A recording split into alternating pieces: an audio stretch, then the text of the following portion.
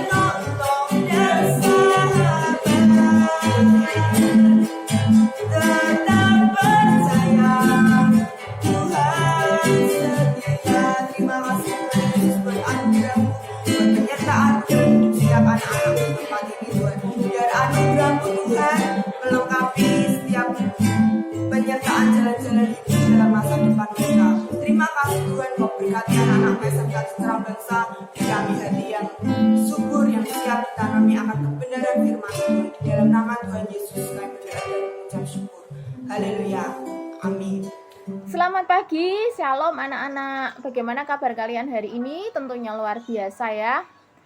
Kita mengucap syukur pada pagi hari ini dapat bertemu lagi di tempat ini. Kita dapat merasakan kasih Tuhan yang begitu luar biasa. Kita dapat merasakan bukti kasih Tuhan yang indah bagi kita ya. Kita dapat menghirup udara segar pada pagi hari ini.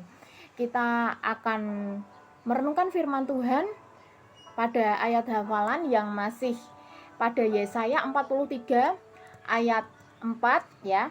Kita baca Yesaya 43 ayat 4. Akan saya bacakan Yesaya 43 ayat 4. Oleh karena engkau berharga di mataku dan mulia, dan aku ini mengasihi engkau, maka aku memberikan manusia sebagai gantimu dan bangsa-bangsa sebagai ganti nyawamu. Ya. Kemudian di ayat emasnya, yaitu pada Mazmur 103 ayat 13. Kita baca Mazmur 103 ayat 13. Seperti Bapa sayang kepada anak-anaknya, demikian Tuhan sayang kepada orang-orang yang takut akan Dia. Ya, saya ulangi, seperti Bapa sayang kepada anak-anaknya, demikian Tuhan sayang kepada orang-orang yang takut akan Dia. Ya, kita beri judul renungan pada pagi hari ini, seperti Bapa sayang anaknya. Ya, dalam Mazmur 103 ayat 14 ini merupakan ayat yang menekankan bagaimana Tuhan memposisikan dirinya bukan sebagai diktator, bukan sebagai orang yang kejam dan tidak punya perasaan, tetapi sebagai Bapa, ya, Bapa atau ayah yang sayang kepada anak-anaknya, ya. Kalau kita melihat ayah atau bapak kita yang dikenal itu tentu sangat mengasihi anak-anaknya, sangat mengenal anak-anaknya dan tahu apa yang harus dilakukan demi kebaikan anaknya, ya. Demi kebaikan anak-anaknya itu tentunya pasti seorang bapak mengenal betul akan sifat anaknya, kemudian karakter anaknya, kemudian karena dari kecil, dari lahir pasti sudah mengenal, oh si anak ini mempunyai karakter seperti ini, jadi harus kudidik seperti ini. Nah, demikian juga Tuhan sangat mengenal akan ciptaannya, ya.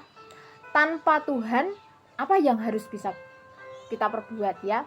Tuhan mengenal kita dan Tuhan juga sayang kepada kita seperti Bapa sayang kepada anak-anaknya. Ketika Yesus turun ke dunia itu menunjukkan hubungan yang indah antara Bapa yang begitu mengasihi anak-anaknya, yang menganggap bahwa manusia yang sebenarnya jatuh ke dalam dosa itu hubungannya telah dipulihkan seperti Bapa dengan anak. Jadi hubungannya telah dipulihkan sehingga menganggap bahwa manusia yang tadinya seperti butiran debu ini dianggap seperti permata karena sudah dipulihkan hubungan itu. Dan Dia mengajarkan kepada kita, ya, Tuhan mengajarkan kepada kita secara langsung untuk memanggil Tuhan itu sebagai Bapa. Dan ini menunjukkan betapa kita sangat berharga di mata Tuhan seperti seorang anak, ya. Nah, seorang anak kalau berharga di mata orang tuanya, itu pasti bukan hanya diberi dan diberi saja, tapi juga dididik.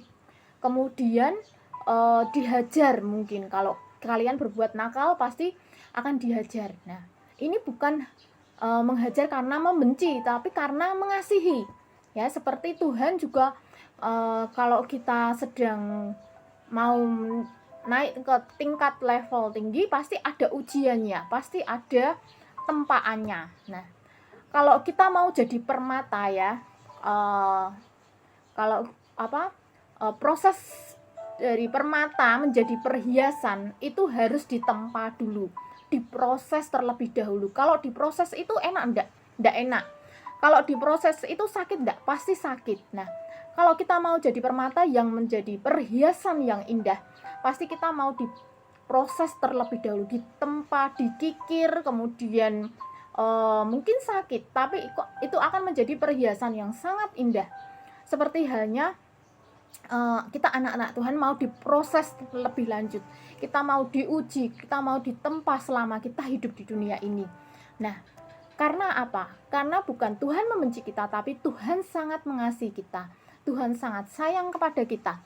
Hubungan Bapa, ya, Bapa surgawi, ya, Bapa yang dari surga, yaitu Tuhan Yesus sendiri, itu sangat dipertegas, diperbarui oleh kepenuhan Tuhan Yesus yang sudah mengasihi kita, yang sudah datang ke dunia ini. Kalau kita sudah merayakan kemarin hari Paskah, ya, bagaimana Tuhan mati di kayu salib itu membuktikan betapa besar kasih sayang Bapa terhadap anak-anaknya. Nah, kadang ada banyak anak yang menganggap, orang tuaku tuh jahat, masa aku minta seperti ini aku nggak dituruti, orang tuaku itu nggak sayang sama aku, masa aku berbuat seperti ini aku harus dihukum, aku harus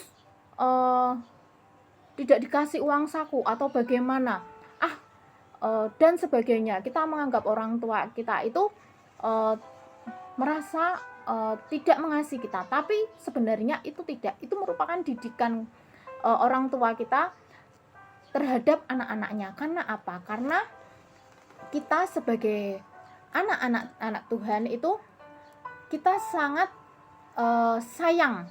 Tuhan sangat sayang kepada anak-anaknya.